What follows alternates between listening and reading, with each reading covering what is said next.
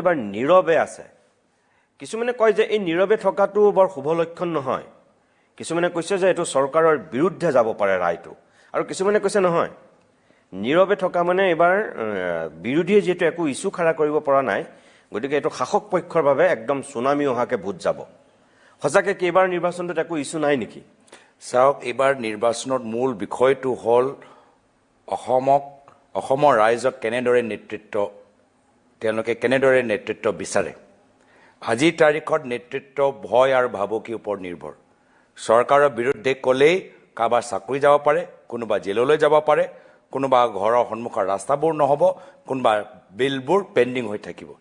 আজিৰ তাৰিখত মানুহবোৰে প্ৰশ্ন কৰিবলৈ ভয় সমালোচনা কৰিবলৈ ভয় সভালৈ যাবলৈ ভয় বাহিৰত ওলাই যাবলৈ ভয় এই যে ভয় যে সোমাই গৈছে ৰাইজৰ মাজত ভাবুকি এই ভয় যে সোমাই গৈছে চৰকাৰৰ প্ৰতি মুখ্যমন্ত্ৰীৰ প্ৰতি এই ভয়টো নাইকিয়া কৰাটোৱে হল মূল বিষয় আৰু এই ভয় সেইসকলে সৃষ্টি কৰিছে যিসকলে ৰাজনীতি নিকৃষ্ট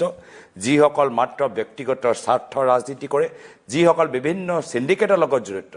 দুৰ্ভাগ্যজনক কথা যে অসম দৰে এটা ৰাজ্যৰ নেতৃত্ব আজি এনেকুৱা কিছুমান মানুহৰ হাতত আছে যিসকল গৰু সিন্ডিকেট লগত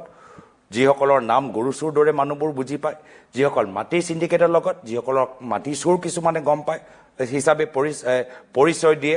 আজি জল জীৱন আঁচনিত কেলেংকাৰী ভ্ৰষ্টাচাৰী আৰু মাত্ৰ পৰিবাৰৰ নামত আজি আমাৰ বিধায়ক মন্ত্ৰী মুখ্যমন্ত্ৰী পৰিবাৰৰ নামৰ চৰকাৰী আঁচনি হিতাধিকাৰীৰ তালিকাত নিজৰ পৰিবাৰৰ নামটো সোমাইছে যি চৰকাৰী আঁচনি দুখীয়া মানুহৰ নামটা হিতাধিকাৰী নামত তালিকাত সোমাব লাগে তাত বিধায়কৰ পৰিবাৰ মন্ত্ৰী পৰিবাৰ মুখ্যমন্ত্ৰী পৰিবাৰ তাত সোমাই আছে এনে ধৰণৰ ৰাজনীতিৰ পৰা অসমৰ ৰাইজে উদ্ধাৰ হোৱাটো বিচাৰে তো মূল কথাটোৱে হ'ল মূল বিষয়টোৱে হ'ল যে অসমৰ ভিতৰত এটা নিকাহ ৰাজনীতি ৰাইজে বিচাৰে এটা সফাই অভিযান আমি চলাই আছো অসমৰ ৰাইজে পৰিষ্কাৰ কৰি আছে অসমৰ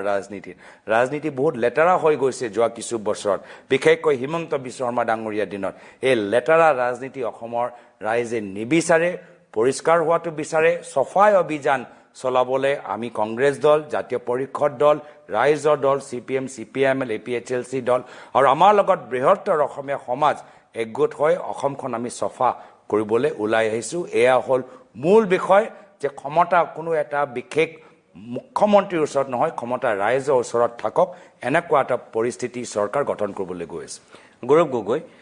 বিজেপিয়ে বা মুখ্যমন্ত্ৰী হিমন্ত বিশ্ব শৰ্মাই কংগ্ৰেছৰ বিৰুদ্ধে বা আপোনাৰ বিৰুদ্ধে যিমানবিলাক নেৰেটিভ সৃষ্টি কৰিছিল অতি শেহতীয়াকৈ কিছুমান কথা নোকোৱা হৈছে যেনে ধৰক আপোনাৰ পাকিস্তান লিংকৰ কথাটো এতিয়া অকমান তল পৰিছে আপোনাৰ ফেমিলিৰ বিষয়টো এতিয়া অকমান তল পৰিছে হয়তো আপুনি যোৰহাটৰ ক্যান্ডিডেট হোৱাৰ কাৰণেই সাগে এই বিষয়গিটা অকমান তল পৰিছে কাৰণ যোৰহাট লোকসভাত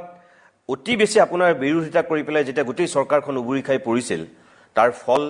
তেওঁলোকে যেহেতু হাতে হাতে পালে গতিকে এইবাৰো আপোনাৰ এই যোৰহাটৰ সম্ভ্ৰান্ত মানুহৰ আগত তেনেকুৱা কথাবোৰ কৈ পেলাই সাগে বেছি ক্ষতিকাৰক হ'ব বুলি ভাবি তেওঁলোকে জনকে অলপ দিনৰ আগলৈকে যিমান কৈ আছিল এতিয়া তেনেকে কোৱা নাই কৰবাত হয়তো কৈছে কিন্তু হততে মুখ্যমন্ত্ৰীয়ে সেই বিষয়টো এতিয়া একদিন কোৱা নাই বা তেওঁলোকৰ বাঘা যিকেজন নেতা তেওঁলোকে কোৱা নাই তাৰ পিছতো মই আপোনাক কওঁ যে এটা নেৰেটিভ তেওঁলোকে সৃষ্টি কৰি আছে এতিয়াও যে কংগ্ৰেছ দলটো মিয়াৰ দল মুছলমানৰ দল এটো এতিয়া আৰু কোনো হিন্দু নেতা নাথাকে অকল আপুনি থাকিব আৰু ৰকিবুল হুছেইন থাকিব কোনো হিন্দু নেতা থাকিব নোৱাৰে একদম খেগতীয়াকৈ প্ৰদ্যুৎ বৰদলৈ আৰু ভূপেন বৰা যোৱাৰ কাৰণেতো তেওঁলোকে অধিক এই ক্ষেত্ৰত উৎসাহিত হৈ সেই বক্তব্যটো আৰু বেছি ৰাখিছে আপুনি নাভাবেনে যে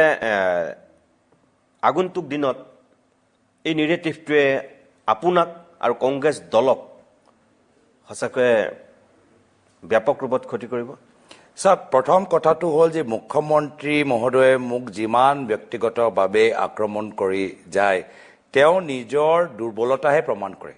যেতিয়া তথ্যহীন যুক্তিহীন কথাবোৰ কয় মোৰ আৰু মোৰ পৰিয়ালৰ ক্ষেত্ৰত তো নিজৰ মানসিক দুৰ্বলতা বা নিজৰ ৰাজনৈতিক দুৰ্বলতা তেওঁলোকে প্ৰকাশ কৰে আৰু এক হিচাপে মুক্তি হিৰো বনাই দিয়ে তো মইতো তেখেতক ধন্যবাদ আৰু কৃতজ্ঞতা জ্ঞাপন কৰোঁ মোক লৈ ব্যক্তিগত টিপ্পনী বা কথাবোৰ কৈ সেয়া লৈ মই ইমান কেয়াৰ নকৰোঁ, চিন্তা নকৰোঁ। কিন্তু মুখ্যমন্ত্ৰী জুবিনদাৰ সম্পৰ্কত এটা কথা কৈছিল যে বিধানসভা নিৰ্বাচনৰ আগত যদি জুবিনদাৰ ক্ষেত্ৰত তেওঁলোকৰ চৰকাৰ ন্যায় যদি দিব নোৱাৰে তেতিয়াহ'লে এইখন চৰকাৰক অসমৰ ৰাইজে ভোট দিব নালাগে। এতিয়া মই সুধিবলৈ বিচাৰোঁ সেইখিনি কথা কিয় নকয়?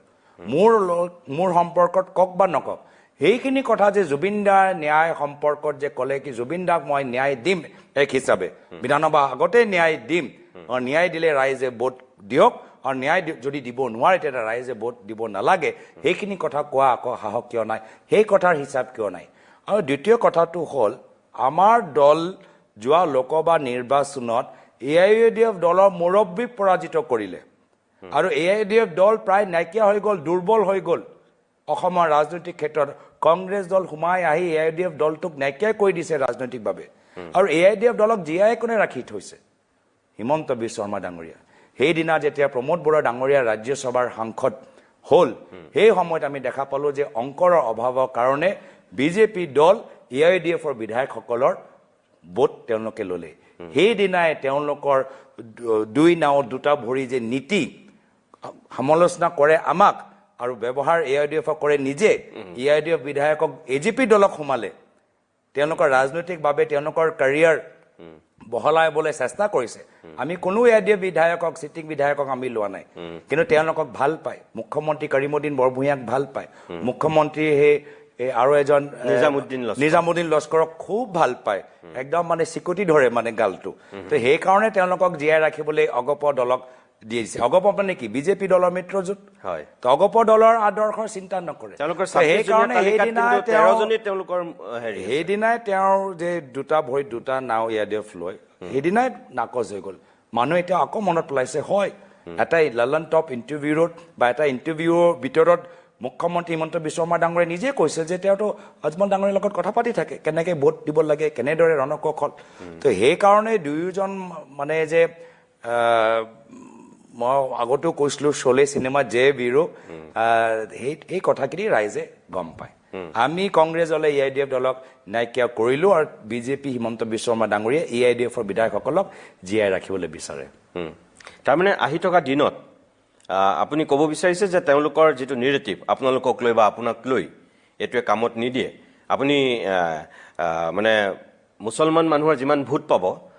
সিমানে আপুনি হিন্দু মানুহৰো আপুনি ভোট পাব। এইবোৰ চব হিন্দু মুছলমান তেওঁলোকৰ নেৰেটিভ। আমাৰ কথা হ'ল যে আমাৰ জনজাতিসকল আজি যে ডিমা হাছাও, কাৰ্বি আংলং, তেওঁলোকৰ 6 শ্বেডিউলৰ আজি তেওঁলোকে আৰু ক্ষমতা বিচাৰে। আজি দিছপুৰৰ পৰা ৰিম'ট কণ্ট্ৰল দৰে তেওঁলোকৰ শাসনটো হোৱাটো নিবিচাৰে। সেই ট্ৰাইবেলসকলক আমি কেনেদৰে সহায় কৰোঁ সেইটো আমাৰ কাৰণে গুৰুত্বপূৰ্ণ। খিলঞ্জীয়া মানুহে ভূমি পট্টা বিচাৰে, আজি তেওঁলোকৰ একচনীয়া পট্টা একচনীয়াই হৈ আছে। আমি শিক্ষা আৰু চিকিৎসাৰ লগত একচনীয়া পট্টা, ম্যাদী পট্টা সোনকালে আৰু বহলভাৱে কেনেকৈ ক'ব পাৰোঁ খিলঞ্জীয়া মানুহক সহায় কৰিবলৈ, সেয়া আমালোকৰ চিন্তা। আমাৰ চিন্তা হ'ল যে নামনি অসমত গৰখনীয়াভাৱে আজি মানুহৰ ওচৰত ভূমি পট্টা বাদ দিয়ক, ভূমিয়ে নাই, মাটি আমি কেনেকৈ তেওঁলোকক দিব পাৰোঁ যাৰ ফলত তেওঁলোকে